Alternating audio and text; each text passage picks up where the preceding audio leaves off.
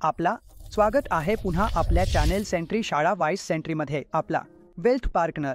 माझं नाव अनुज आहे आणि तुम्ही पाहत आहात series 21 pass for sir videos आणि सिरीज 21 ही एक PMS डिस्ट्रीब्युटर परीक्षा आहे, तिच्यासाठी आम्ही व्हिडिओज बनवत आहोत। आतापर्यंत आपण 3 अध्याय कव्हर केले आहे। हा आहे अध्याय क्रमांक 4 डेक मध्ये गुंतवणूक। आज आपण फिक्स्ड इन्कम सिक्युरिटीज मध्ये गुंतवणूक म्हणजेच फिक्स्ड इन्कम मध्ये डेक मध्ये जी गुंतवणूक केली जाते ती आज आपण कव्हर करणार आहोत।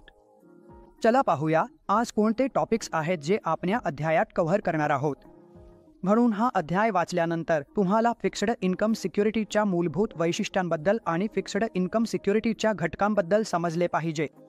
बॉन्डच्या किमतीचा आणि इतर पर्यायी मापदंड जसे की TM, coupon yield, current yield, व्याजदर, जोखीम यांच्यातील संबंध काय असतो हे आपण पाहणार आहोत। आपण बॉन्ड्सची ड्युरेशन म्हणजेच मॅच्युरिटी ड्युरेशन आणि ड्युरेशन काय असते ते समजून घेणार आहोत। चला तर मग सुरू करूया सिरीज 21 PMS डिस्ट्रीब्युटर्स परीक्षेचा चौथा अध्याय फिक्स्ड इन्कम सिक्युरिटीज मध्ये गुंतवणूक। पहा, जेव्हा आपण गुंतवणुकीबद्दल बोलतो नेमकं काय होतं। सामान्यपणे गुंतवणूकदारांना फारशी उत्सुकता किंवा थ्रिल वाटत नाही जेव्हा आपण फिक्स्ड इन्कम सिक्युरिटीज किंवा बॉन्ड्सबद्दल बोलतो। पण सामान्य गुंतवणूकदार काय करतात तर त्यांचा फोकस नेहमी इक्विटीमध्ये गुंतवणुकीवर असतो जेव्हा गुंतवणुकीचे निर्णय घ्यायचे असतात। पण हे एक प्रकारचा विरोधाभास आहे की ते तुम्हाला डेटा शेअर करतात ज्यामध्ये दाखवलं जातं की जागतिक स्तरावर बॉन्ड्सची एकूण किंमत ही इक्विटीच्या एकूण किमतीपेक्षा जास्त आहे। जगभरात जितकी गुंतवणूक इक्विटीत आहे त्यापेक्षा जास्त आणि जे डेकचं युनिव्हर्स आहे ते खूपच मोठं आहे। गुंतवणुकीच्या बाबतीत तर जे डेटा आणि सिरीज बुकमध्ये दिलं आहे त्यानुसार 2020 पर्यंत जागतिक इक्विटी मार्केट कॅपिटलायझेशन $105.8 ट्रिलियन इतका होता आणि जागतिक बॉन्ड मार्केट आउटस्टँडिंग $123.5 ट्रिलियन इतका होता। म्हणून इथे अगदी सहजपणे पाहता येतं की जागतिक डेट युनिव्हर्स हे इक्विटी युनिव्हर्सपेक्षा जास्त आहे। डेट $123.5 ट्रिलियन इतका होता आणि त्याच वेळी इक्विटी मार्केट कॅप $105.8 ट्रिलियन इतका होतं। पाहिले जातं की सरकारच एकमेव सर्वात मोठा इश्युअर आहे। कंपन्याही वेगवेगळ्या प्रकारचे बॉन्ड्स इश्यू करतात त्याच वेळी आणि सरकारचे जे बॉन्ड्स आहेत तेही वेगवेगळ्या मॅच्युरिटीचे असू शकतात आणि वेगवेगळ्या प्रकारचेही असू शकतात। पुढे या अध्यायात आपण समजून घेऊ की कोणकोणते वेगवेगळे प्रकारचे बॉन्ड्स आहेत आणि त्यांची वैशिष्ट्ये काय आहे, विशेषतः भारतातील फिक्स्ड इन्कम मार्केट। चला समजून घेऊया कोणकोणत्या संस्था भारतात फिक्स्ड इन्कम सिक्युरिटीज इश्यू करतात। फिक्स्ड इन्कम सिक्युरिटीज भारतात सेंट्रल आणि स्टेट गव्हर्नमेंट, सार्वजनिक संस्था, बँका, इन्स्टिट्यूशन्स, कॉर्पोरेट संस्था यांच्याद्वारे इश्यू केल्या जातात ज्या या फिक्स्ड इन्कम सिक्युरिटीज इश्यू करतात। चला एका टेबलच्या माध्यमातून आपण समजून घेऊया की कोणते मार्केट सेगमेंट आहेत आणि कोण इश्युअर आहेत। गव्हर्नमेंट सिक्युरिटीज म्हणजेच जर मी फिक्स्ड इन्कम इन्स्ट्रुमेंट्सच्या प्रकारांबद्दल बोललो जे आज भारतात ट्रेड होतात तर मुख्यत्वे गव्हर्नमेंट सिक्युरिटीज आहे ज्यामध्ये सेंट्रल गव्हर्नमेंट आणि स्टेट गव्हर्नमेंटचे बॉन्ड्स येतात। त्याच्यानंतर पब्लिक सेक्टरमधील काही बॉन्ड्स आहेत ज्यामध्ये काही सरकारी एजन्सीज आणि स्ट्रक्चर्ड बॉडीज येतात। पब्लिक सेक्टर अंडरटेकिंग्स देखील तिथे येतात आणि जे प्रायव्हेट सेक्टरचे बॉन्ड्स आहेत, प्रायव्हेट सेक्टर डेट म्हणा किंवा private sector fixed income securities, fixed income instruments म्हणा, तिथे कॉर्पोरेट्स येतात जे डेट इश्यू करतात, जे बॉन्ड्स इश्यू करतात। पैसे उधारण्यासाठी बँका देखील येतात, तिथे बँका देखील कुठेतरी आपले बॉन्ड्स इश्यू करतात। फिक्स्ड इन्कम ते इश्यू करतात आणि फायनान्शियल इन्स्टिट्यूशन्स जसे की RBI। म्हणून या प्रकारे हे तुमचे फिक्स्ड इन्कम सिक्युरिटीचे प्रकार आहे जे मार्केट सेगमेंटमधून इश्यू होतात। म्हणजे इश्यू कोण करतो आता मी तुम्हाला सांगतो। गव्हर्नमेंट सिक्युरिटीज किंवा ज्या आपण म्हणतो त्या या भारताच्या फिक्स्ड इन्कम मार्केटमधील सर्वात मोठा सेगमेंट आहे। भारतामध्ये सर्वाधिक गुंतवणूक ही गव्हर्नमेंट सिक्युरिटीजमध्येच होते। पण जो कॉर्पोरेट बॉन्ड मार्केट आहे त्यानेही खूपच लक्षणीय वाढ साधली आहे अलीकडच्या वर्षांमध्ये जर मी बोललो तर। आणि भारतामधील जे प्रायमरी मार्केट आहे कॉर्पोरेट डेटमध्ये ते मुळात फक्त एक प्रायव्हेट प्लेसमेंटचं मार्केट आहे जिथे बरेचसे कॉर्पोरेट बॉन्ड्स जे इश्यू केले जातात ते खूपच खासगी पद्धतीने प्लेस केले जातात। ज्याप्रमाणे होलसेल इन्व्हेस्टर्स आहे म्हणजे बँका, वित्तीय संस्था, म्युच्युअल फंड्स, मोठ्या कॉर्पोरेट्स आणि इतर मोठे गुंतवणूकदार। म्हणूनच ही परिस्थिती रिटेल गुंतवणूकदारांना बॉन्ड मार्केटमध्ये सहभागी होण्यावर काही प्रमाणात मर्यादा आणते। म्हणूनच कॉर्पोरेट मार्केटमध्ये रिटेल गुंतवणुकीचा वाटा अजूनही खूपच कमी आहे. जर मी रिटेल गुंतवणूकदारांची गोष्ट केली तर त्यांचा वाटा अजूनही खूपच कमी आहे, विशेषतः जर मी बॉन्ड मार्केटबद्दल बोललो तर. कारण हा बाजार मुख्यतः होलसेल गुंतवणूकदारांसाठीच आहे, जिथे बँका, वित्तीय संस्था, म्युच्युअल फंड्स, मोठ्या कंपन्या आणि इतर मोठे गुंतवणूकदारच यात गुंतवणूक करणे पसंत करतात. आताही जर मी किरकोळ गुंतवणूकदार म्हणून बोललो तर ते कुठेतरी बॉन्ड्समध्ये किंवा बॉन्ड मार्केटमध्ये गुंतवणूक करणे पसंत करत नाही. चला आता समजून घेऊया की बॉन्ड्स म्हणजे काय, त्याच्या वैशिष्ट्य काय आहे, बॉन्ड्स कसे वागतात, कूपन दर म्हणजे काय, हे सगळं समजून घेऊया. बघा, नातं म्हणजे काय. ही एक निश्चित आर्थिक जबाबदारी आहे इश्युअरवर, म्हणूनच त्यांना फिक्स्ड इन्कम सिक्युरिटीज म्हणतात.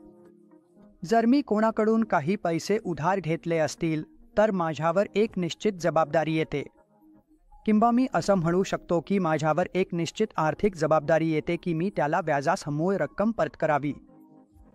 उदाहरणार्थ, जर मी त्याला 10% व्याज दर वर्षाला, 6माही किंवा मासिक देत असे, काहीही व्याज दर असो, काहीही व्याज पेमेंट्स असोत, जसा कालावधी असेल त्यानुसार मी त्याला व्याजाची रक्कम देईन.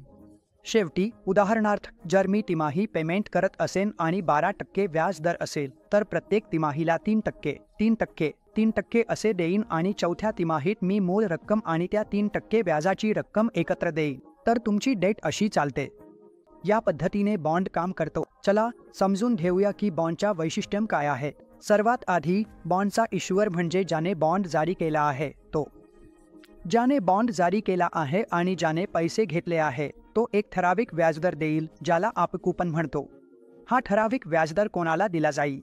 जो गुंतवणूकदार आहे, ज्याने बॉन्डमध्ये पैसे गुंतवले आहे, ज्याने इश्युअरला पैसे दिले आहेत, त्याला हे मिळेल. हे आधीच बॉन्डवर लिहिलेलं असेल आणि हा जो कूपन दर आहे म्हणजे ठराविक व्याजाची रक्कम, ती कधीही बदलू शकत नाही. कूपन दर संपूर्ण बॉन्डच्या कालावधीत कायम एकसारखा राहतो. आपण तो बदलू शकत नाही, बदलता येत नाही. म्हणजेच कोणताही बॉन्ड ज्या ठराविक किमतीवर आणि ठराविक व्याजाच्या रकमेवर इश्यू झाला आहे तर कूपन दर संपूर्ण कालावधीत तसाच राहील. हा प्रश्न येऊ शकतो. दुसरी वैशिष्ट्य म्हणजे बॉन्ड ठराविक मुद्दीला ठराविक प्रिन्सिपलची रक्कम परत करतो. म्हणजे जसं मी उदाहरण दिलं, जर कोणी 1,00,000 रुपये कुणाकडून घेतले तर ते दरवर्षीच्या हिशोबाने घेतले आहे. तिमाही पैसे भरताना तो प्रत्येक तिमाहीत 3%, 3%, 3% देईल आणि चौथ्या तिमाहीत मुद्दल परत मिळेल. म्हणजेच तुमचा प्रिन्सिपल परत मिळेल. फिक्स्ड अमाऊंट ऑफ प्रिन्सिपल मॅच्युरिटीच्या दिवशी जर 1 वर्षाचा बॉन्ड असेल तर 365व्या दिवशी तुम्हाला प्रिन्सिपल परत द्यावा लागेल. म्हणून फिक्स्ड इन्कम ओब्लिगेशन जी सिक्युरिटीची आहे तीच बॉन्डच्या वैशिष्ट्यांना परिभाषित करते. जर आपण असं म्हणत असू की कुठली तरी फिक्स्ड इन्कम आहे तर तिची वैशिष्ट्ये हीच आहेत की त्यामधून येणारी इन्कम ठरलेली असते. ठीक आहे, जसं मी तुम्हाला सांगितलं ते वार्षिक असू शकतात. फिक्स्ड इन्कम इन्स्ट्रुमेंट्समध्ये जे व्याजाचे पेमेंट्स आहेत ती वार्षिक असू शकतात, तुमचं क्वार्टरली असू शकतं, मासिक व्याज पेमेंट्स असू शकतात. आणि इथे मी अजून एक गोष्ट सांगतो, टर्म टू मॅच्युरिटी म्हणजे काय असतं. टर्म टू मॅच्युरिटी म्हणजे तो कालावधी जो बॉन्ड मॅच्युअर आणि एक्सपायर होण्याआधी उरलेला असतो. म्हणजे अजून किती मॅच्युरिटी आहे किंवा या बॉन्डला एक्सपायर होण्यासाठी किती वेळ शिल्लक आहे, त्यालाच आपण शुद्धपणे टर्म टू मॅच्युरिटी म्हणतो. मॅच्युरिटी पिरियडला आपण टेन्युअर असंही म्हणू शकतो. आता आपण बॉन्ड्स विथ ऑप्शन्स बद्दल बोलूया. बॉन्ड्समध्ये काही एम्बेडेड ऑप्शन्स असतात. काही कॉमन प्रकारचे बॉन्ड्स आहेत.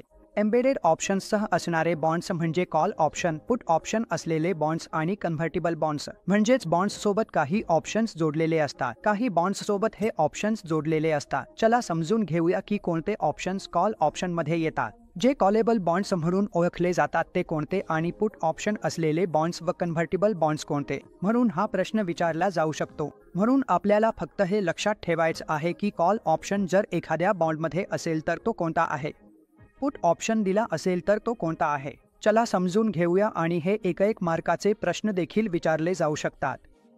म्हणून आपला हा व्हिडिओ बनवण्याचा मुख्य उद्देश हाच आहे की तुम्हाला NSE 2 अस्पष्टपणे समजावून सांगितला जावा आणि त्यासाठी मी तुम्हाला मुख्य प्रश्न जे वारंवार परीक्षेत विचारले जातात ते सांगत राहतो आणि त्याचप्रमाणे ऑप्शन्सवर हे प्रश्न येतात. खूपच स्पष्ट असा प्रश्न विचारला जाईल. थोडं लक्ष देणं गरजेचं आहे. जर तुम्ही हे समजून घेतलं तर प्रश्न सहजपणे उत्तर देऊ शकाल. चला समजून घेऊया कॉलेबल बॉन्ड कोणता आहे. पहा, कॉलेबल बॉन्ड इश्यू करणाऱ्याला हक्क देतो की तो ठराविक मुदतपूर्वी बॉन्डचे काही किंवा सर्व पैसे परत घेऊ शकतो. जर तुमचा बॉन्ड एखाद्या पर्यायासह म्हणजेच कॉल ऑप्शनसह आला असेल आणि आधीच त्यात हे लिहिलं असेल की हो तुमच्याकडे हा कॉल ऑप्शन आहे, तर हा कॉलेबल बॉन्ड इश्यू करणाऱ्याला म्हणजेच जो बॉन्ड इश्यू करतोय, जो पैसे घेतोय, जो डेट वाढवतोय, त्याला हा अधिकार देतो की तो काही भाग किंवा संपूर्ण भाग म्हणजेच आउटस्टँडिंग बॉन्ड परत विकत घेऊ शकतो. निर्दिष्ट केलेल्या मॅच्युरिटी डेटच्या आधी आणि कॉल प्रोव्हिजनबद्दलचे जे तपशील असतील ते देखील डेंचरमध्ये नमूद केलेले असतात. हा जो कॉलेबल बॉन्ड आहे, एका अर्थाने आपण असं म्हणू शकतो की सिक्युरिटीचा इश्युअर, डेटचा इश्युअर किंवा बॉन्डचा इश्युअर याच्यासाठी हा खूपच फायदेशीर असतो. आणि दुसऱ्या बाजूने पाहिलं तर हे जे कॉलेबल बॉन्ड्स आहेत, गुंतवणूकदारासाठी ते खूपच उच्च स्तराचा रिइन्व्हेस्टमेंट रिस्क घेऊन येतात. कारण जर इश्युअरने तुमचे पैसे आधीच परत केले तर आता तुम्ही ते पैसे कुठे गुंतवणार. 12 महिन्यांचा बॉन्ड होता जो कॉल ऑप्शनसह होता आणि ज्याने तुम्हाला पैसे दिले होते त्या इश्युअरने फक्त 6 महिन्यांतच तो कॉल केला आणि तुम्हाला व्याजासह पैसे परत दिले. आता तुमच्याकडे जे पैसे परत आले आहे, एक गुंतवणूकदार म्हणून तुमच्यासमोर एक मोठा रिस्क उभा राहतो, तो म्हणजे रिइन्व्हेस्टमेंटचा, की आता नेमकं कुठे गुंतवणूक करणार. आणि असंही होऊ शकतं की तुम्हाला 6 महिन्यांपूर्वी मिळणारा व्याजदर पुन्हा मिळणार नाही. इकॉनॉमीत व्याजदर कमी झाले आहे, म्हणून या दृष्टीने इथे गुंतवणूकदारासाठी रिइन्व्हेस्टमेंटचा धोका वाढतो जेव्हा तुम्ही कॉलेबल बॉन्डमध्ये गुंतवणूक करता. आता आपण पुट प्रोव्हिजन बद्दल बोलूया. पहा, पुट प्रोव्हिजन काय करतं. जो बॉन्ड होल्डर आहे, ज्याने पैसे गुंतवले आहे, जो बॉन्ड धरून ठेवतो आहे, त्याला एक हक्क मिळतो की तो बॉन्ड विकू शकतो परत इश्युअरकडे ठराविक दिवशी पूर्वनिश्चित किमतीवर. म्हणजे तुमची जी निश्चित केलेली किंमत आहे ती देखील इथे आधीच ठरवलेली असेल, किंमत सुद्धा आणि ठराविक तारीख सुद्धा आधीपासूनच निश्चित केलेली असेल. मग पुट प्रोव्हिजन काय करतं. बॉन्ड होल्डरला असा हक्क देतो की तो आपला बॉन्ड पुन्हा इश्युअरकडे विकू शकतो पूर्वनिश्चित केलेल्या किमतीवर आणि ठराविक तारखेला. आणि असं पाहिलं जातं की हे पोर्टेबल बॉन्ड्स बॉन्ड होल्डरसाठी फायदेशीर असतात. तर काय होतं, बॉन्ड होल्डरला एक हमी मिळते पूर्वनिश्चित विक्री किमतीची रिडेम्पशन डेटला. त्यामुळे तुम्हाला आधीच माहिती असतं की तुम्हाला किती पैसे मिळणार आहेत आणि विक्री किंमतही तुम्हाला आधीच ठाऊक असते. तसेच रिडेम्पशन डेटही तुम्हाला आधीच माहिती असते. म्हणजेच हा बॉन्ड तुम्ही पूर्वनिश्चित किमतीवर आणि ठराविक तारखेला बॉन्ड इश्युअरकडे विकू शकता. आता आपण कन्व्हर्टिबल बॉन्डबद्दल बोलूया. पहा, कन्व्हर्टिबल बॉन्ड्स म्हणजे काय. इथे काहीही नाही. हे म्हणजे प्लेन व्हॅनिला डिबेंचर आणि त्यात एम्बेडेड इक्विटी कॉल ऑप्शन यांचा एकत्रित प्रकार आहे. पुन्हा सांगतो, कन्व्हर्टिबल बॉन्ड्स हे एक कॉम्बिनेशन आहे. प्लेन व्हॅनिला बॉन्ड आणि त्यात एम्बेडेड इक्विटी कॉल ऑप्शन, यामुळे हा बॉन्ड होल्डरला एक अधिकार मिळतो. जो बॉन्ड होल्डर आहे म्हणजेच इन्व्हेस्टर ज्याने त्या विशिष्ट डेट सिक्युरिटीमध्ये किंवा बॉन्डमध्ये पैसे गुंतवले आहे, त्याला हा कन्व्हर्टिबल बॉन्ड ऑप्शनचा अधिकार मिळतो. मी बोलत आहे, हा त्या विशिष्ट इन्व्हेस्टरला अधिकार देतो की तो आपला बॉन्ड एक्सचेंज करू शकतो त्या इश्यू करणाऱ्या कंपनीचे ठराविक संख्येचे कॉमन शेअर्स घेण्यासाठी. म्हणजे जर एखादी कंपनी डेट इश्यू करते, म्हणजे पैसे उभारण्यासाठी ती डेट इश्यू करते आणि ती आपल्या इन्व्हेस्टर्सना कन्व्हर्टिबल बॉन्डचा पर्याय देते, तर त्या विशिष्ट डेट इन्व्हेस्टरकडे हा अधिकार असतो की तो आपला पर्याय वापरून एक्सचेंज करू शकतो. बॉन्डवर आपला जो अधिकार आहे तो वापरून हा बॉन्ड कंपनीला परत देऊ शकतो आणि त्याच्या बदल्यात ठराविक संख्येने कॉमन इक्विटी मिळवू शकतो. म्हणजे कंपनीचे जे शेअर्स आहेत ते घेऊ शकतो. तर हे होतं बॉन्ड्सबद्दल. फंड्स आणि बॉन्ड्सच्या वेगवेगळ्या पर्यायांसह त्यांच्या वैशिष्ट्यांबद्दल. आता आपण समजून घेऊया बॉन्ड सेफ्टीचे निर्धारक, म्हणजे आपण कसे ओळखू शकतो की कोणता बॉन्ड मार्केटमध्ये सुरक्षित आहे आणि कोणता असुरक्षित आहे. काही रेटिंग्ज आहेत ज्या पाहून आपल्याला हे समजू शकते. भारतात क्रिसिल आहे, इक्वा आहे, ज्या आपल्या बॉन्ड्सना रेट करतात. रेटिंग म्हणजे काहीच नाही, ती फक्त आणि फक्त डिफॉल्ट रिस्क दर्शवते. क्रेडिट रिस्क सांगतो की या सिक्युरिटीत किती रिस्क आहे. सर्वात उच्च दर्जाचे जे पेपर्स आहेत, ज्या कंपन्या फंडामेंटली आणि आर्थिकदृष्ट्या खूप मजबूत आहेत, मोठ्या कंपन्यांना AAA, AA+ अशी रेटिंग मिळते. आणि जिथे भारत सरकारला जे सर्वात सुरक्षित मानले जाते त्याला नेहमीच AAA+ मध्ये गणले जाते. कारण असं म्हटलं जातं की सरकार कधीही आपल्या डेट ऑब्लिगेशनवर डिफॉल्ट करत नाही. डेट ऑब्लिगेशनमध्ये 2 गोष्टी येतात, भांडवल आणि व्याजाची पेमेंट. तर चला समजून घेऊया की बॉन्डची सुरक्षितता आपण कशी पाहू शकतो. एक गुंतवणूकदार म्हणून तुमच्यासाठी हे इतकं महत्त्वाचं का आहे? जेव्हा आपण बॉन्ड सेफ्टीबद्दल बोलतो तेव्हा हे लक्षात घ्या की अर्थव्यवस्थेत असं कोणतंही साधन नाही जिथे अजिबात जोखीम नाही. सर्व आर्थिक उत्पादनांमध्ये जोखीम असते. हे समजून घेणं महत्त्वाचं आहे की किती जोखीम आहे, कुठे जोखीम आहे आणि तुम्ही ही जोखीम कशी व्यवस्थापित करता. चला समजून घेऊया. जे दीर्घकालीन साधने आहे त्यांची रेटिंग आपण बोलणार आहोत. 1 वर्षासाठी ज्या साधनांची रेटिंग आहे AAA रेटिंगच्या आधी त्याबद्दल बोलूया. या रेटिंग्सला विचारात घेतलं जातं. यामध्ये सर्वात सुरक्षित पातळीची सुरक्षा असते, विशेषतः आर्थिक जबाबदाऱ्या वेळेवर पूर्ण करण्याच्या दृष्टीने, आणि यामध्ये नेहमीच सर्वात कमी, अगदी कमी क्रेडिट रिस्क असतो. जसं मी सांगितलं, AAA रेटिंग नेहमी सरकारी सिक्युरिटीजना आणि अशा मोठ्या, आर्थिकदृष्ट्या व मूलभूतदृष्ट्या मजबूत कंपन्यांना दिली जाते. अशा कंपन्या डेट इश्यू करतात तर मानलं जातं की त्या व्याज आणि मूळ रकमेच्या पेमेंटवर कधीच डिफॉल्ट करणार नाही. त्यामुळे त्यांच्याकडे सर्वात कमी क्रेडिट रिस्क असतो. म्हणून AAA मध्ये तुमचं अगदी कमी, सर्वात कमी क्रेडिट रिस्क येतं. हा सर्वात कमी शब्द लक्षात ठेवा. AA बद्दल बोलायचं झालं तर यातही आर्थिक जबाबदाऱ्यांची वेळेवर पूर्तता करण्याच्या दृष्टीने उच्च दर्जाची सुरक्षितता असते. जेव्हा मी बोलतो फायनान्शियल ऑब्लिगेशन्सची वेळेवर पूर्तता, म्हणजे एखाद्या इश्युअरने आपली आर्थिक जबाबदारी वेळेवर पार पाडली आहे, म्हणजे व्याज आणि मूळ रक्कम यांचे पेमेंट्स त्याने अगदी वेळेवर दिली आहेत. कुठलाही उशीर केलेला नाही आणि हे डबल इन्स्ट्रुमेंट्स आहेत. ते कमी क्रेडिट रिस्क ठेवतात. म्हणून इथे आपण सर्वात कमी म्हणणार नाही. AA बाबतीत आपण कमी क्रेडिट रिस्कबद्दल बोलतो. आता आपण त्या क्रेडिट रेटिंगकडे येतो जिथे लॉंग टर्म डेट इन्स्ट्रुमेंटची रेटिंग आहे. चला समजून घेऊया की त्यात किती क्रेडिट रिस्क आहे.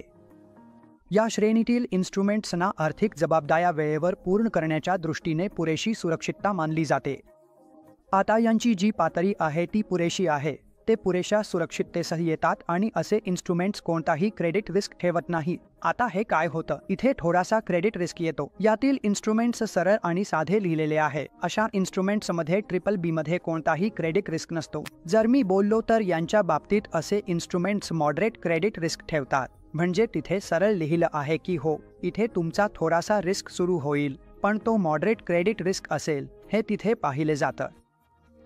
आता BBB बघा. या रेटिंगसह इंटरेस्ट असलेले इन्स्ट्रुमेंट्स हे मॉडरेट रिस्क ऑफ डिफॉल्ट म्हणून मानले जातात. म्हणजे आर्थिक जबाबदाऱ्या वेळेवर पूर्ण करण्याच्या दृष्टीने मध्यम जोखीम असते. ठीक आहे. आता इथे असं मानलं जातं की इथे 5050 परिस्थिती झाली आहे. इथे तुम्हाला थोडं लक्ष देण्याची गरज आहे.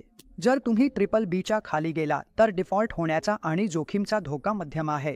इथे 5050 परिस्थिती आहे. आता आपण B बद्दल बोलूया. पहा, अगदी सोप्या आणि सरळ शब्दांत, इन्स्ट्रुमेंट म्हणजे गोष्ट. क्रेडिट रेटिंग आणि हे खूप जास्त डिफॉल्टच्या जोखमीसाठी मानले जाते. वेळेच्या दृष्टीने ज्या सर्व्हिसेसना B रेटिंग आहे त्यांना असे मानले जाते की इथे डिफॉल्ट होण्याचा धोका जास्त आहे. इथे डिफॉल्टचा उच्च धोका आहे. याचा अर्थ अगदी स्पष्ट आहे की जर तुम्ही त्या डेटमध्ये सिक्युरिटीत पैसे गुंतवले ज्याची रेटिंग B आहे तर तिथे तुमच्या गुंतवणुकीत डिफॉल्ट होण्याची शक्यता खूप जास्त आहे. C रेटिंग असलेल्या सिक्युरिटीजना फारच उच्च धोका मानला जातो आणि तिथे धोका खूप जास्त असतो. इथे डिफॉल्ट होण्याचा अतिशय उच्च धोका असतो. B मध्ये पहा, तिथे उच्च धोका होता. इथे अतिशय उच्च डिफॉल्टचा धोका आला आहे आणि D मध्ये expected to be in default soon, म्हणजेच D क्रेडिट किंवा D रेटिंगचा अर्थ असा की लवकरच डिफॉल्ट होणार आहे. भविष्यात फारच लवकर हे घडू शकते. आणखी एक गोष्ट मी इथे सांगू इच्छितो. जंक बॉन्ड्स म्हणजेच आपण क्रेडिट रेटिंगमध्ये खाली जात आहोत. जेव्हा तुम्ही क्रेडिट रेटिंग्समध्ये खाली जाता तेव्हा तुमची यील्ड वाढत जाते.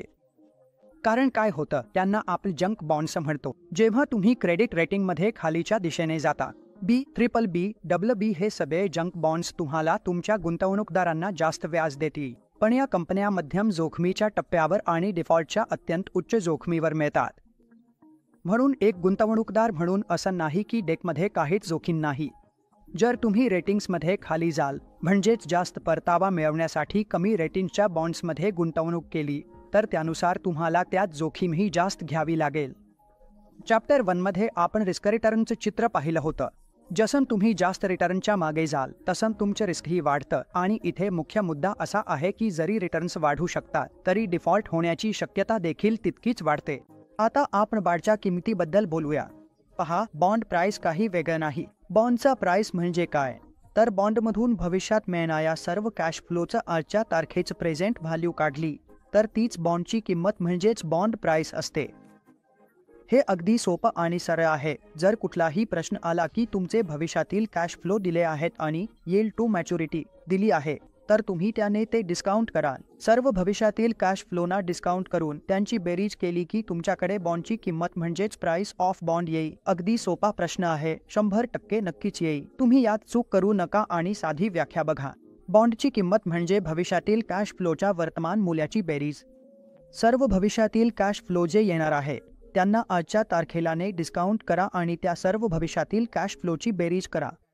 यातूनच तुमच्याकडे बॉन्डची किंमत म्हणजेच प्राइस ऑफ बॉन्ड मिळेल. चला, या उदाहरणाच्या माध्यमातून मी तुम्हाला समजावून सांगण्याचा प्रयत्न करतो. ABC कंपनीचा एक बॉन्ड आहे ज्याची फेस व्हॅल्यू 1000 रुपये आहे. त्यावर कूपन दर 6% आहे आणि ते दर 12 महिन्यांनी दिले जाते. या बॉन्डची मॅच्युरिटी 3 वर्षांनी आहे आणि याचा म्हणजेच यील्ड टू मॅच्युरिटी 60% आहे. म्हणून मी आधी सांगितलं होतं की बॉन्डची किंमत म्हणजे काही वेगळं नाही, ती म्हणजे त्या बॉन्डमधून मिळणाऱ्या सर्व कॅश फ्लोची प्रेझेंट व्हॅल्यू आहे आणि आपण तीवर म्हणजेच सध्याच्याने डिस्काउंट करतो. पहा, हा आहे पहिला टाइम पिरियड. आता 1 वर्षानंतर जो कॅश फ्लो येईल तो 60 रुपये असेल. 2 वर्षांनंतरही 60 रुपये मिळतील कारण कूपन 6% आहे. हे कधीच बदलणार नाही आणि तिसऱ्या वर्षी मला 1060 रुपये मिळतील. 1, 2 आणि 3 वर्षे म्हणजेच ही जी कॅश फ्लोची मालिका मला मिळते आहे. आता पाहूया या कॅश फ्लोची प्रेझेंट व्हॅल्यू. जर मला 1 वर्षानंतर 60 रुपये मिळणार असतील तर आज त्याची प्रेझेंट व्हॅल्यू काय असेल, काय आहे आणि मी हे YTM ने डिस्काउंट करणार आहे. तर जर मी हे YTM ने डिस्काउंट केलं तर मला आज 56 रुपये मिळतील. जर मला 2 वर्षांनंतर 60 रुपयेचा कॅश फ्लो मिळणार असेल तर आज त्याची किंमत 52 रुपये आहे आणि 1060 रुपये जे मला 3 वर्षांनंतर मिळतील. जर मी आज त्याची प्रेझेंट व्हॅल्यू काढली तर ती 865 रुपये आहे आणि कॅश फ्लोच्या प्रेझेंट व्हॅल्यूचा एकूण योग 973 रुपये आहे. ही माझी सध्याची बॉन्ड किंमत आहे. दिलेल्या YTM वर जर असा प्रश्न आला तर आपल्याला अजिबात घाबरायचं नाही. याच पद्धतीने हा प्रश्न सोडवून यायचा आहे. आता काही बॉन्ड यील्ड मोजमाप आहे. चला समजून घेऊया मॉन्टल यील्ड मोजमाप म्हणजे काय. कूपन यील्ड बोलूया. कूपन यील्ड म्हणजे काय, हे कूपन पेमेंट आहे फेस व्हॅल्यूच्या टक्केवारीत. सोप्या भाषेत जर तुम्हाला प्रश्न आला की कूपन यील्ड काढा तर तुम्ही कूपन पेमेंटला फेस व्हॅल्यूने गुणाकार कराल. लक्षात ठेवा, सूत्र म्हणजे कूपन पेमेंटला फेस व्हॅल्यूने गुणाकार करायचा आहे. प्रश्न बघा, कूपन दिलं आहे 8.24. फेस व्हॅल्यू 100 रुपये आहे. मार्केट व्हॅल्यू 103 आहे. कूपन यील्ड जी येईल ती फेस व्हॅल्यूने कूपनला भागून मिळेल म्हणजेच 8.24 भागिले 100 तर 8.24% हा याचा उत्तर होईल. जर हेच करंट यील्ड काढायला सांगितलं म्हणजे बॉन्डचं करंट यील्ड तर त्यात तुमची मार्केट व्हॅल्यू खाली डिनॉमिनेटरमध्ये येईल. म्हणजे आता येईल 8.24 103 तर ते 8% होईल. म्हणून करंट यील्डमध्ये आपण मार्केट व्हॅल्यूने डिनॉमिनेटरमध्ये भाग देतो. त्याचप्रमाणे 8% हेच करंट यील्ड आहे. कूपन यील्ड 8.24% आहे. म्हणून या प्रश्नात गोंधळ होऊ देऊ नका. 1 मार्काचा प्रश्न येऊ शकतो. चला आता समजून घेऊया यील्ड टू मॅच्युरिटी म्हणजे काय. पहा, यील्ड टू मॅच्युरिटी. आत्ताच मी तुम्हाला सांगितलं होतं की तो डिस्काउंट रेट आहे जो भविष्यातील कॅश फ्लोची सध्याच्या बाजारभावावर प्रेझेंट व्हॅल्यू सम करते. तुमचा जो सध्याचा बाजारभाव आहे तो त्यातून मिळतो. मुळे जर तुम्हाला दिलेली असेल आणि भविष्यातील कॅश फ्लो मिळणार असतील तर तुम्ही ते सर्व डिस्काउंट करू शकता. मुळेच तुमच्या बॉन्डची सध्याची बाजारभाव देखील मिळू शकते. जर रोखे परिपक्वतापर्यंत धरले तर त्यावर अपेक्षित परतावा दर असतो. हा तो अपेक्षित परताव्याचा दर आहे बॉन्डचा जर तुम्ही तो मॅच्युरिटीपर्यंत ठेवला. आणि साध्या भाषेत सांगायचं झालं तर हे म्हणजे उरलेल्या कॅश फ्लोच प्रेझेंट व्हॅल्यूचं एकूण बेरीज आहे. आपण नुकताच एक उदाहरण पाहिलं होतं, ते आता पुन्हा पाहू शकता. आता आपण समजून घेऊया डे काउंट कन्व्हेन्शन कोणतं असतं. पहा, जर तुम्ही भारतीय बॉन्ड मार्केटबद्दल बोलत असाल तर 1 वर्षापेक्षा जास्त कालावधीची जी मार्केट आहे तिला डेट मार्केट किंवा कॅपिटल मार्केट म्हणतात आणि 1 वर्षापेक्षा कमी कालावधीची जी आहे तिला मनी मार्केट म्हणतात. म्हणून जे कन्व्हेन्शन्स भारतीय बॉन्ड मार्केटसाठी फॉलो केले जातात ते 30 ने भागिलेले 360 दिवसांसाठी असतात. याचा अर्थ असा की महिन्यातील प्रत्यक्ष दिवसांची संख्या काहीही असली तरी गणनेसाठी तुम्ही 30 दिवसच धराल. म्हणून साधा प्रश्न विचारला जाईल, कोणतीही गणना विचारली जाणार नाही. जर तुम्हाला हे विचारले की भारतीय बॉन्ड मार्केटमध्ये कोणता कन्व्हेन्शन फॉलो केला जातो, तर तो 30 ने भागिलेले 360 आहे आणि मनी मार्केटच्या बाबतीत तो प्रत्यक्ष दिवसांनी भागिलेले 360 आहे. म्हणून मनी मार्केटमधील जे इन्स्ट्रुमेंट्स आहे, जसे की ट्रेझरी बिल्स आणि इतर मनी मार्केट इन्स्ट्रुमेंट्स CD, CPs आहे, ज्यांची मॅच्युरिटी 1 वर्षापेक्षा कमी आहे, त्यांच्या बाबतीत प्रत्यक्ष दिवसांनी भागिलेले 365 दिवस होईल. आता आपण बाजारातील व्याजदर आणि बॉन्डच्या किमतीमधील संबंधाबद्दल बोलूया. पहा, बाजारात बॉन्डच्या किमती आणि व्याजदर यांच्यात उलटा संबंध असतो. जर व्याजदर कमी झाले तर बॉन्डची किंमत वाढते आणि जर व्याजदर वाढले तर बॉन्डची किंमत कमी होते. आपल्याला हा संकल्पना लक्षात ठेवायची आहे. प्रश्न वारंवार येतील आणि वारंवार या संकल्पनेवर तुमची परीक्षा घेतली जाईल. सोपं आहे. जर मार्केटमधील व्याजदराचा स्तर वाढला तर बॉन्ड्सची किंमत कमी होईल आणि उलट, जर मार्केटमधील व्याजदर कमी झाला तर बॉन्डची किंमत वाढेल. आणि जर मी दुसऱ्या शब्दांत सांगायचं झालं तर बॉन्डची यील्ड ही किंमतीशी उलट संबंधित आहे. चला आपण यील्ड टू मॅच्युरिटी आणि कूपन रेट यांच्यातील संबंध समजून घेऊया. पहा, ही तिन्ही गोष्टी लक्षात ठेवणे आवश्यक आहे. जेव्हा बॉन्डचा मार्केट प्राइस फेस व्हॅल्यूपेक्षा कमी असतो, बॉन्ड डिस्काउंटवर विकला जातो. म्हणजेच जेव्हा बॉन्डचा मार्केट प्राइस त्याच्या फेस व्हॅल्यूपेक्षा कमी असतो.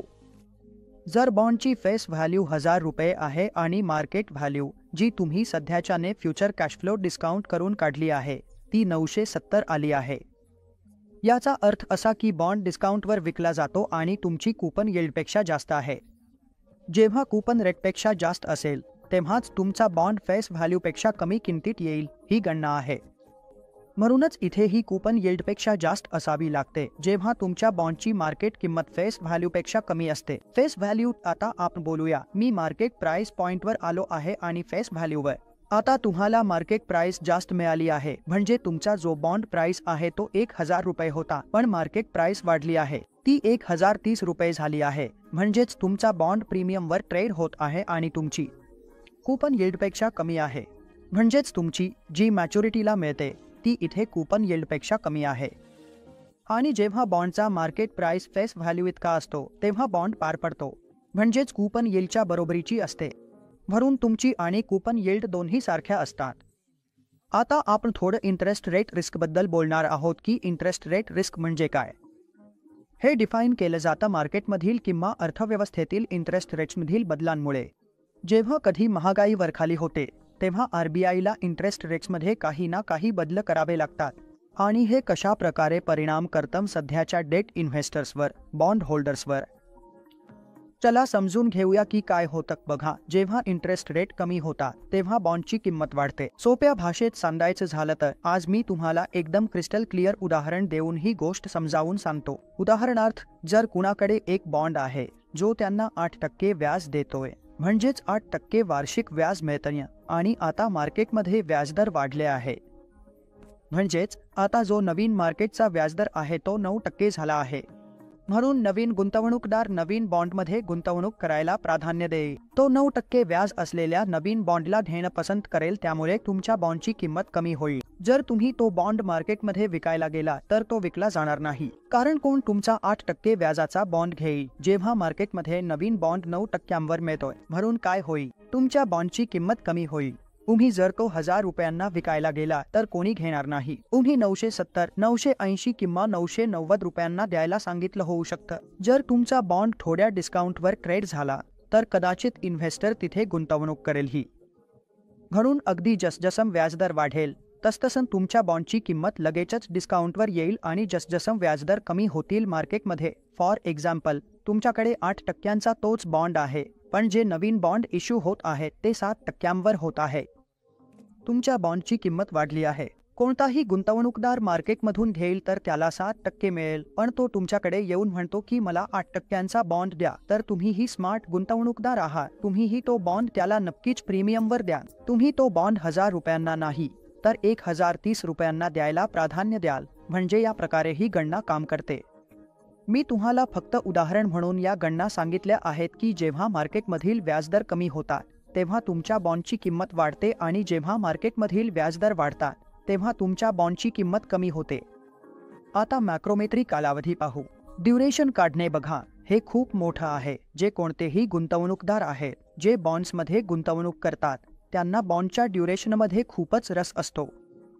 त्यांना हे पाहायचं असतं की बॉन्डची ड्युरेशन किती उरली आहे आणि मॅकॉली ड्युरेशन आपल्याला हे खूप चांगल्या प्रकारे सांगते. मॅक्रोमेट्री कालावधी म्हणजे काय? मी तुम्हाला सांगतो. हे म्हणजे बॉन्डची ड्युरेशन काढण्याचा एक परिष्कृत मार्ग आहे. जर तुम्हाला ड्युरेशन काढायची असेल तर मॅकॉली ड्युरेशनपेक्षा चांगली गोष्ट अजून बनलेली नाही. हे काय करतं? हे बॉन्डचे कॅश फ्लो आणि बॉन्डची किंमत ड्युरेशन काढताना विचारात घेतं. तुमच्या सर्व बॉन्ड्समधून येणारे कॅश फ्लो आणि बॉन्डची किंमत हे दोन्ही गोष्टी ती गणनेत वापरते. आणि एका अर्थाने साध्या मॅच्युरिटीच्या तुलनेत ही ड्युरेशन मोजण्याची अतिशय वास्तववादी पद्धत आहे. तर आपण हे उदाहरण समजून घेऊया. तुमचा मॅच्युरिटी कालावधी शोधण्यासाठी आम्ही जे उदाहरण घेतले होते तेच उदाहरण आपण पाहू. ते उदाहरण 1000 रुपयांच्या दर्शनी मूल्याच्या बाडचे होते. 6% कूपन आहे आणि 12 महिन्यांच्या शेवटी देतोय. मॅच्युरिटी डेट सध्याच्या तारखेपासून 3 वर्षांनी आहे. बॉन्डचा सध्याचा म्हणजेच यील्ड टू मॅच्युरिटी 7% आहे. म्हणून आपण आधी सध्याच्या वरून त्याची सध्याची किंमत काढू तर आपल्याला मिळणारे कॅश फ्लो असे होते. 1 वर्षानंतर 60 रुपये मिळाले, मग 2 वर्षानंतर पुन्हा 60 रुपये मिळाले, 3 वर्षांनंतर पुन्हा एकदा 1060 रुपये म्हणजेच व्याज आणि मूळ रक्कम दोन्ही परत मिळाले. आता जर मी या कॅश फ्लोची सध्याची किंमत प्रेझेंट व्हॅल्यू काढली तर पहिल्या वर्षाची किंमत 56 रुपये, दुसऱ्या वर्षीची प्रेझेंट व्हॅल्यू 42 रुपये आणि तिसऱ्या वर्षी 865 रुपये आहे, जो त्या वर्षाच्या शेवटी कॅश फ्लो म्हणून मिळेल. या तिन्ही रक्कमा एकत्र केल्या जातील. 973 ही दिलेल्या YTM वर बॉन्डची सध्याची किंमत आहे. म्हणजे माझ्या बॉन्डची करंट प्राइस किती आहे? 973 आहे दिलेल्या YTM वर. आता बघा, मी या कॅश फ्लोची टाइम वेटेड व्हॅल्यू काढणार आहे. म्हणजेच या कॅश फ्लोची टाइम वेटेड व्हॅल्यू मला शोधावी लागेल. म्हणजे यात जितका वेळ आहे तो आपण त्या कॅश फ्लोला गुणाकार करू. म्हणजे 56 गुणिले 1 वर्ष, 52 जे कॅश फ्लो येत आहेत ते 2 ने गुणिले आणि तिसरा जो येईल तो 865 3 ने गुणिले. हे जे कॅल्क्युलेशन येईल ते सगळं मिळून 2756 येईल. तर सोपा मार्ग आहे मॅच्युरिटी ड्युरेशन म्हणजे भविष्याच्या कॅश फ्लोच्या प्रेझेंट व्हॅल्यूचा एकूण योग आणि तो सध्याच्या मार्केट प्राइसने भागा. म्हणजे भविष्याच्या कॅश फ्लोच्या प्रेझेंट व्हॅल्यूचा योग वेळेसोबत गुणाकार करून सध्याच्या बॉन्डच्या किमतीने भागा. 2756.71 भागिले 973 म्हणजे 2.83 वर्षे. तर आत्ताची या बॉन्डची मॅच्युरिटी ड्युरेशन म्हणजेच 2.83 वर्षे आहे. म्हणजेच या बॉन्डमध्ये गुंतवलेली तुमची गुंतवणूक परत मिळवण्यासाठी लागणारा कालावधी 2.83 वर्षे आहे. पहा, आता मी तुम्हाला मॅच्युरिटी ड्युरेशनची वैशिष्ट्ये सांगतो. मॅच्युरिटी ड्युरेशन म्हणजेच बॉन्डची किंमत परत मिळवण्यासाठी लागणारा एकूण कालावधी असतो. नेमकं किती वेळ शिल्लक आहे तुमची संपूर्ण गुंतवणूक परत येण्यासाठी. मॅच्युरिटी ड्युरेशन नेहमीच फिक्स्ड इन कूपन बॉन्डच्या मॅच्युरिटीपेक्षा कमी असते. कूपन जितका जास्त आणि मॅच्युरिटी जितकी कमी तितकी मॅच्युरिटी ड्युरेशन कमी असते. जितका जास्त तुम्ही डिस्काउंट करण्यासाठी वापराल तितकीच तुमची मॅच्युरिटी ड्युरेशन कमी येईल आणि कूपनची फ्रिक्वेन्सी जास्त असेल तितकी मॅच्युरिटी ड्युरेशन कमी असेल. म्हणजेच जर कूपनची फ्रिक्वेन्सी जास्त असेल तरी सुद्धा तुमची मॅच्युरिटी ड्युरेशन कमी येते. आणि अजून एक गोष्ट म्हणजे झिरो कूपनची मॅच्युरिटी ड्युरेशन. बॉन्डची मॅच्युरिटी ड्युरेशन त्याच्या मॅच्युरिटीच्या बरोबरीचीच असेल कारण कॅश फ्लो नसल्यामुळे. त्यामुळे हे वेगळं लक्षात ठेवण्याची फार गरज नाही. फक्त जर तुम्ही हा कॉन्सेप्ट समजून घेतला तर तुम्ही खूप चांगल्या पद्धतीने परीक्षा पास करू शकाल आणि अगदी अचूकपणे सांगू शकाल की ड्युरेशन आणि मॅच्युरिटी ड्युरेशन नेमकं काय आहे. तर मित्रांनो, हेच होतं फिक्स्ड इन्कम सिक्युरिटीज बद्दल सर्व काही. मला आशा आहे की तुम्हाला हा अध्याय चांगला समजला असेल आणि फिक्स्ड इन्कम सिक्युरिटीज मध्ये फक्त तुम्हाला कॉन्सेप्ट समजून घ्यायचा आहे. तुम्हाला किंमत काढता यायला हवी आणि इकॉनॉमीमध्ये बॉन्डच्या किमतींशी असलेला संबंध माहिती असायला हवा. फक्त एक व्हिडिओ पाहून तुम्ही बरंच काही समजू शकता आणि मी मध्ये सांगितलेले 1-2 प्रश्न पाहून तुम्ही परीक्षा सहज पास करू शकता. या चॅप्टरमधून PMS वरून किमान 4-5 प्रश्न येण्याची अपेक्षा असते आणि फक्त या व्हिडिओमध्ये मी सांगितलेले पॉइंट्स पाहून तुम्ही हा चौथा चॅप्टर आणि त्याचे प्रश्न सहज क्लिअर करू शकता. आता आपण काही प्रश्न पाहूया. चला काही प्रश्न पाहूया. पहिला प्रश्न, कूपन यील्ड म्हणजे कूपन पेमेंट हे फेस व्हॅल्यूच्या टक्केवारीत असते. येथे मी तुम्हाला स्पष्टपणे सांगितले होते की जेव्हा तुम्हाला कूपन यील्ड काढायची आहे तेव्हा ती फेस व्हॅल्यूवरच काढली जाते कारण कूपन नेहमी फेस व्हॅल्यूवर दिले जातात आणि कूपन नेहमी फिक्स्ड असतात. त्यामुळे कूपन यील्ड तुमची फेस व्हॅल्यूवरच येईल. प्रश्न क्रमांक 2, बॉन्डची मार्केट किंमत. आपल्याला बॉन्डची मार्केट प्राइस काढायला सांगितली आहे. फेस व्हॅल्यू 1000 आहे. तो दरवर्षी 12% कूपन देतो. उरलेली मुदत 5 वर्षे आहे आणि याची YTM 11% दिलेली आहे. राऊंड ऑफ करायला त्यांनी सांगितलं आहे आणि 30/360 डेज काउंट कन्व्हेन्शन वापरायचं आहे. तर पाहूया. सर्वात आधी मी तुम्हाला सांगितलं होतं की सध्याच्या मार्केट प्राइसमध्ये जो बॉन्ड आहे त्याची किंमत म्हणजे भविष्यातील सर्व कॅश फ्लोच्या प्रेझेंट व्हॅल्यूचा एकूण योग असतो. म्हणून आपण जर भविष्यातील कॅश फ्लो काढणार असू, आता पहा, यात तुम्हाला 12% कूपन मिळत आहे, म्हणजेच 12%. तर 1 वर्षानंतर आपल्याला किती मिळेल? 120 रुपये. 2 वर्षानंतरही 120 रुपये मिळेल. 3 वर्षानंतरही 120 रुपये. 4थ्या वर्षी 120 रुपये. 5व्या वर्षी 1120 रुपये म्हणजे 120 रुपये प्लस 1000 रुपये मिळेल. मूळ रक्कम परत मिळेल. या भविष्यातील कॅश फ्लोची आजची किंमत म्हणजे सध्याचा मार्केट प्राइस YTM वर काढला. YTM 11% आहे. डिस्काउंटिंग साठी 11% वापरायचा. पहिल्या वर्षासाठी 120 रुपयेची किंमत 106 रुपये. दुसऱ्या वर्षासाठी 97 रुपये. तिसऱ्या वर्षासाठी 87 रुपये. चौथ्या वर्षासाठी 79 रुपये. 5व्या वर्षासाठी 1120 रुपयेची किंमत 664 रुपये येईल. तुम्ही हे अगदी सहजपणे फायनान्शियल कॅल्क्युलेटरच्या मदतीने कॅल्क्युलेट करू शकता आणि जर तुम्ही या सर्व भविष्यातील कॅश फ्लो एकत्र केले